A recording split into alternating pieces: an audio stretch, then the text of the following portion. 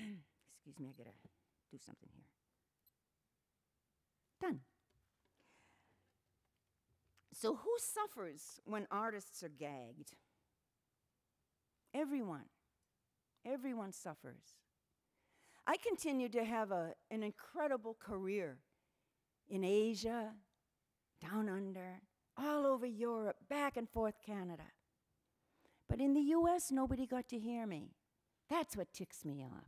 I got enough money, I got enough fame, I got enough pretty clothes. But look at my country that has been denied a voice. Not just my own, but others too, you know. Look what can happen. Please be aware of it. You know, it takes a lot of us just to be aware of it, to help these things, to steer these things, to make a better world through the arts. Colleges too, you know, when I went off to college, they said, well, college is broadening. College and travel are broadening. But colleges have changed so much now. Now they've become kind of corporate vocational schools where corporations and the military go to recruit, you know, kids.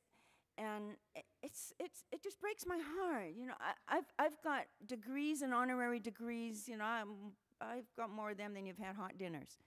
And I've been an adjunct professor at many, many colleges, and I really love students. But when I see what they're having to do, I mean, they're so needy of having a career ahead of them that they can't take some of the glorious courses, electives, including the arts, you know. And of course, we know what's going on in the lower grades with sports and arts and, you know, all kinds of extra, what they call extras. No, these are not extras. This is the real deal. This is about life. And in my opinion, when one has a billion and a billion have nothing, a billion have none, there's something wrong, yeah? And it's not a matter of getting mad at it and being angry about it. Little by little, we fix it. And the arts can help. The marketplace is usually afraid of anything new. They were afraid of Universal Soldier. Yeah. You weren't afraid of it. Students weren't afraid of it.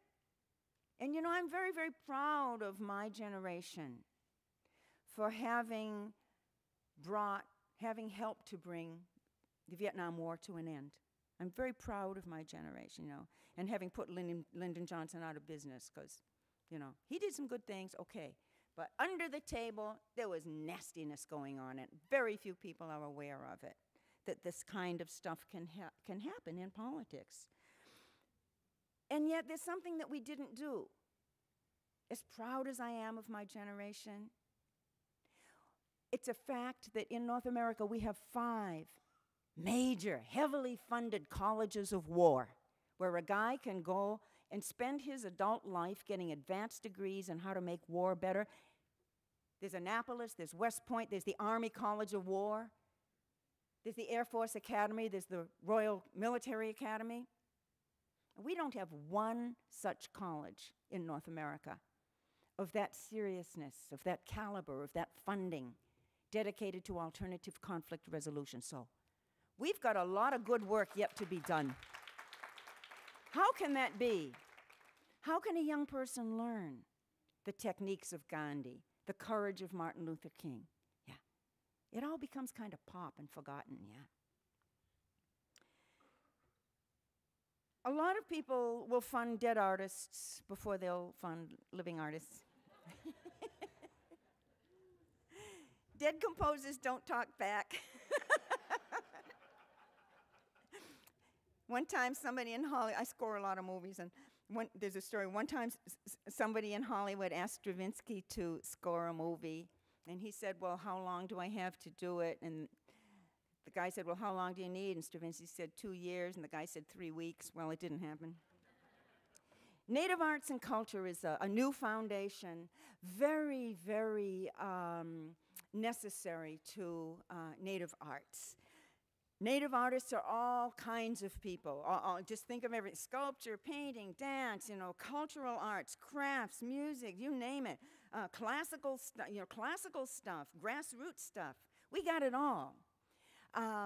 But there's very little support out there for Native artists. And Native Arts and Culture Foundation, we're looking for partners who understand that we're not just creating decoration here, I mean, we live in a world where a lot of what you have thought to be Indian art over the past 40 or 50 years, lavender coyotes, yeah, they were done by somebody who was an Indian in her last life. And something happened, and they didn't get to be an Indian in this life, but I don't know. Anyway, funders really need to get out there beyond the stamps of approval and the safe stuff. Not that you should abandon the symphonies and the ballet, oh, no, no, no, no, no. But there's an awful lot out there that, because of some of the things I'm telling you, it just doesn't get through, and they're not as visible to you. So hopefully one of the things that we'll be doing at Native Arts and Culture, I'm only on the honorary board because I'm on the road all the time and can't make the meetings, but hopefully we'll be pointing out to our fellow foundations, kind of the bigger picture and also the specifics of what needs to be done. I mean, Hollywood has screwed it up so badly, native imagery used as props for a story. You'll have an Indian either being a savage or a victim, whichever makes John Wayne look good, And this is just a fact of life, is, sometimes a woman is put into a movie so that the hero will have something to fill in the blanks, whatever, used just as a prop for the same old story. But there are a lot of new stories out there. There are incredible artists. There are incredible stories to be told. How can grant makers serve artists better? I think we need to tell them the truth about the music business. And you need to know what it is. The truth about the art business.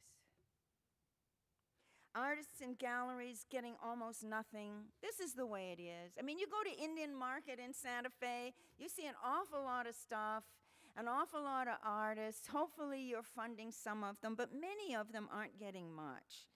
The galleries, I don't know how you talk somebody who's just playing out for money into being different. I don't know how, but you guys are smarter than I am. And there might be somebody who has some answers to that. I don't have an answer to that one. Greed exists. It exists in the arts. It exists in the grassroots. It's all over the place, right? And I really don't know what we can do about that except to be better ourselves and help people who have excellent motives. I think that there's a saying, the greedy few. I really think that's how it is, I have a song called The Priest to the Golden Bowl. It says, we're starving in a handful of gluttons. We're drowning in their gravy spills.